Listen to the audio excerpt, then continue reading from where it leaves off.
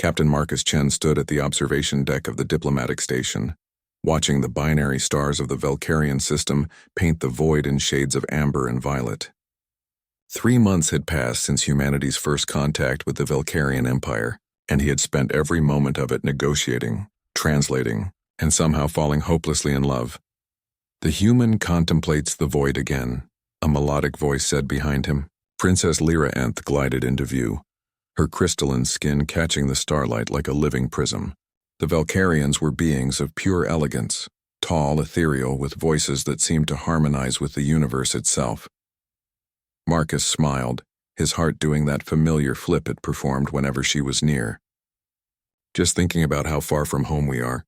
Earth's on the other side of the galaxy. Yet you stayed when your delegation returned last week." Lyra moved beside him, close enough that he could see the constellation patterns that shifted beneath her translucent skin. "Why, because of you," he wanted to say. Instead, he replied, "The cultural exchange program needs someone who understands both sides. A diplomatic answer. Safe. Proper. Everything." Their relationship had to be. The Valkyrian Empire had made first contact. With a simple message, they sought trade, knowledge, and peace. Humanity, still recovering from the colony wars and resource conflicts, had approached with cautious optimism. Marcus, a linguist and cultural attaché, had been assigned to Princess Lyra Nth's court to facilitate understanding between their species. What neither government had anticipated was connection. "Tomorrow, the High Council announces my bonding arrangement," Lyra said quietly, her voice losing its usual musical quality. "Lord Thexmore of the 7th House. It will unite 2 powerful families and strengthen the Empire." Marcus's chest tightened. He had known this was coming, had read the reports, understood the political necessity. Valkyrian royalty didn't marry for love. They bonded for dynasty. "He's a good match," Marcus forced himself to say. "Powerful, respected, strategic. Yes, all the things a proper bonding should be." Lyra turned to face him fully, and Marcus saw something in her prismatic eyes he'd never seen before. Tears, if beings made of living crystal could cry. "Everything except what I wish it could be."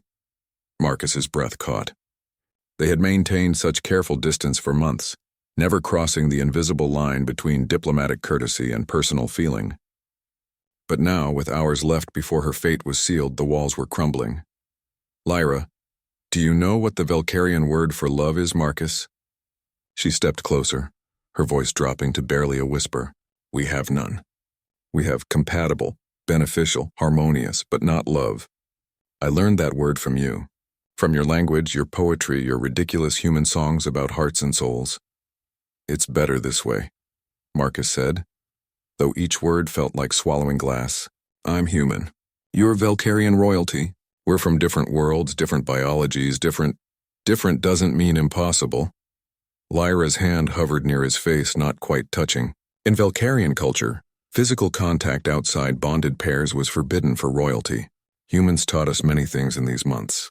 You taught me about compromise, about humor, about choosing hope over certainty. You taught me about love.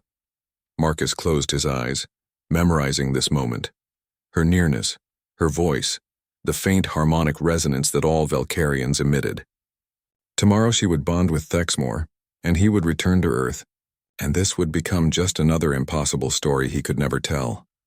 "I wish I could marry her," he whispered to the void, to the stars, to no one at all. A human habit, speaking wishes to the universe as if it might listen. The silence stretched for 1 heartbeat, 2. Then Lyra spoke, clear and certain. "My answer is yes." Marcus's eyes snapped open. She was staring at him with an intensity that made the starlight seem dim.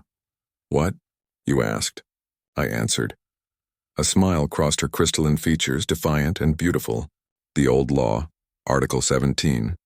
Any citizen of sufficient standing may challenge a bonding arrangement if an alternative is proposed before the ceremony.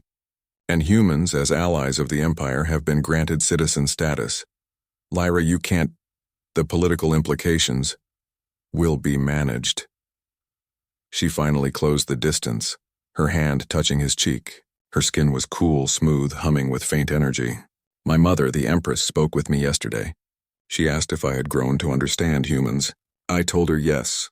I understand that humans make choices that seem illogical because they value something you taught me, the courage to want more than duty. They'll fight this, Marcus said, but his hand was already rising to cover hers. The council, the houses, let them. Lyra's voice regained its harmonic quality, but now it resonated with something fierce. Humans fight for what they believe in. Perhaps it's time Valkyrians remembered how to do the same. Marcus laughed. A sound of disbelief and joy tangled together. You want to start an interstellar incident over a marriage? I want to start a revolution over love, Lyra corrected. Very human of me, isn't it? Very human, Marcus agreed. He pulled her closer, their foreheads touching. Two beings from opposite ends of the galaxy finding the same impossible truth. You know this won't be easy.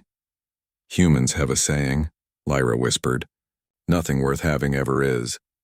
In the observation deck, surrounded by alien stars and the weight of two civilizations watching, Marcus Chen and Princess Lyreth chose each other.